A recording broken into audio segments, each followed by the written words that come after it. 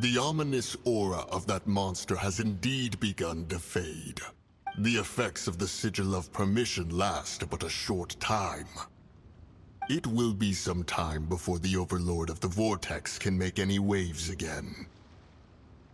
We are indebted to you for your assistance. If the Adepti hadn't happened to be here, the future of Liyue Harbor would surely have been in great jeopardy. Save your flattery. We didn't just happen to be here. Surely you won't pretend to have forgotten the reason for which we came. Come now. There's no need for such harsh words, Cloud Retainer. I've heard that when Ningguang began learning to do business, she had already started setting aside part of her then limited income in preparation for building the Jade Chamber. At first, it was only the size of a small room, but with continued expansion, it has become the palace that lies before you now.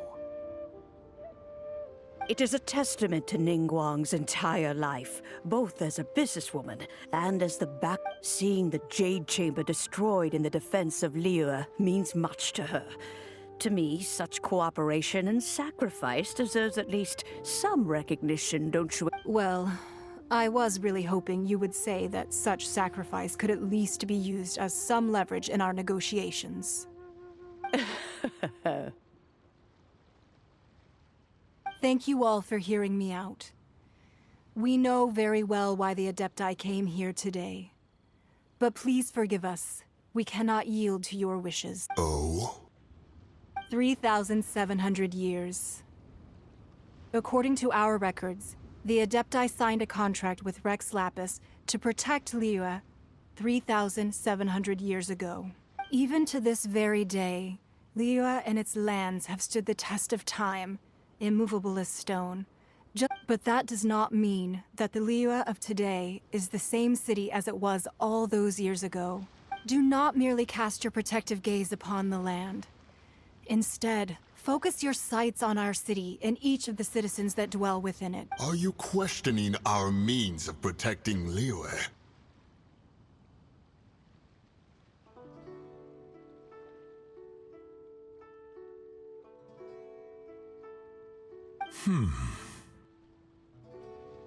I mean no offense.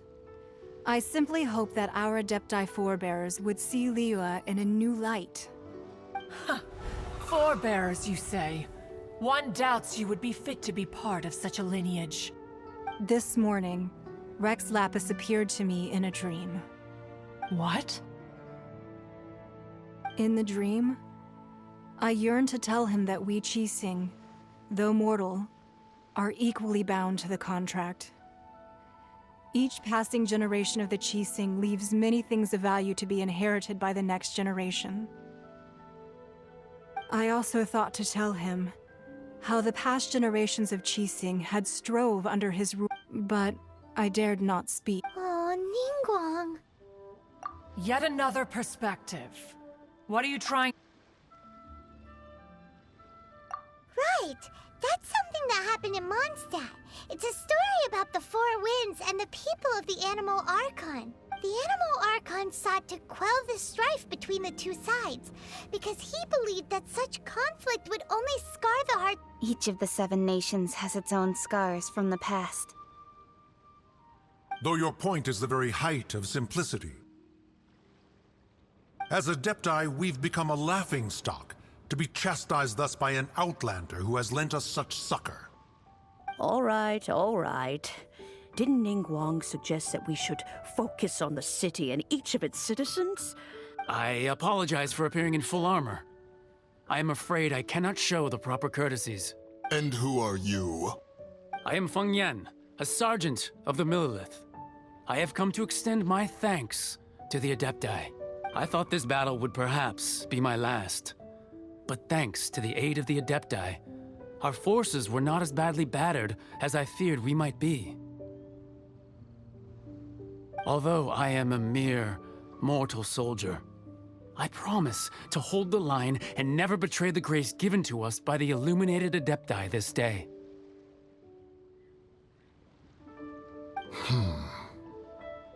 Huh?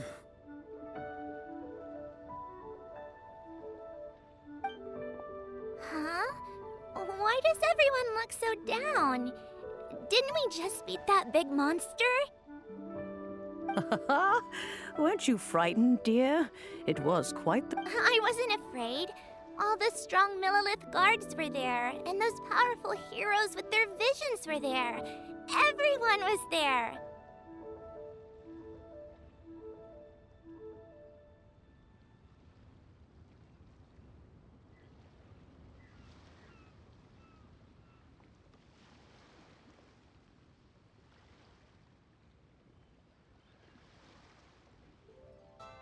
When danger is near, everyone always protects me.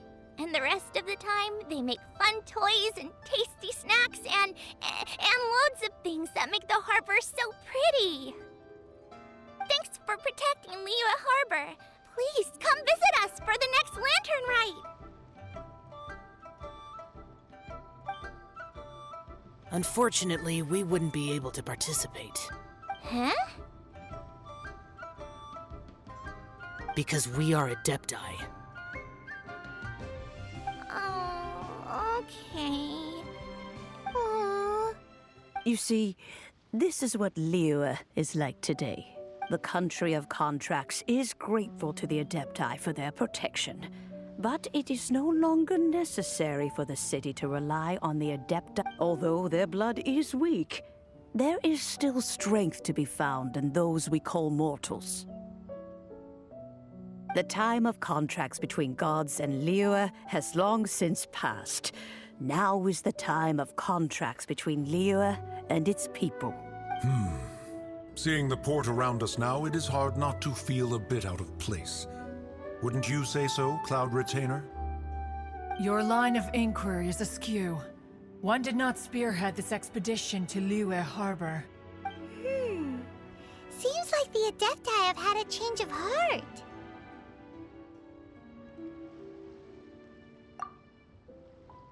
Let us return now. Eager to leave, Conqueror. Yes, one understands what the Conqueror of Demons means. The city of Liyue has changed much after our long separation. One fears that by the time one finally grasps the new contracts of Liyue, you humans would have once again changed the place beyond recognition. Fair enough. Away we shall, and return whence we came.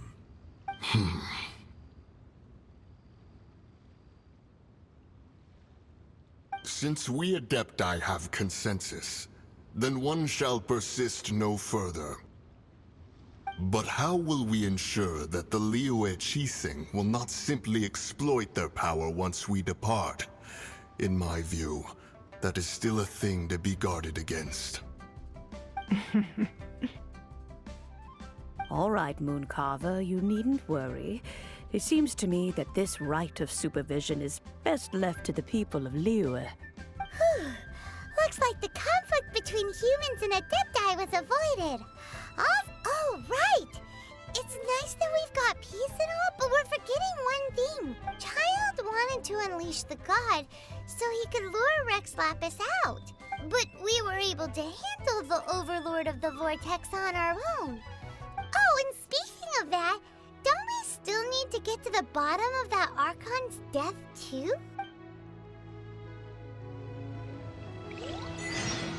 Hyman doesn't get it. But isn't the strongest lead we have the Adepti-less rite of parting that we're organizing? No idea where Zhongli's gone. Let's ask for him at Wangshem Funeral Parlor.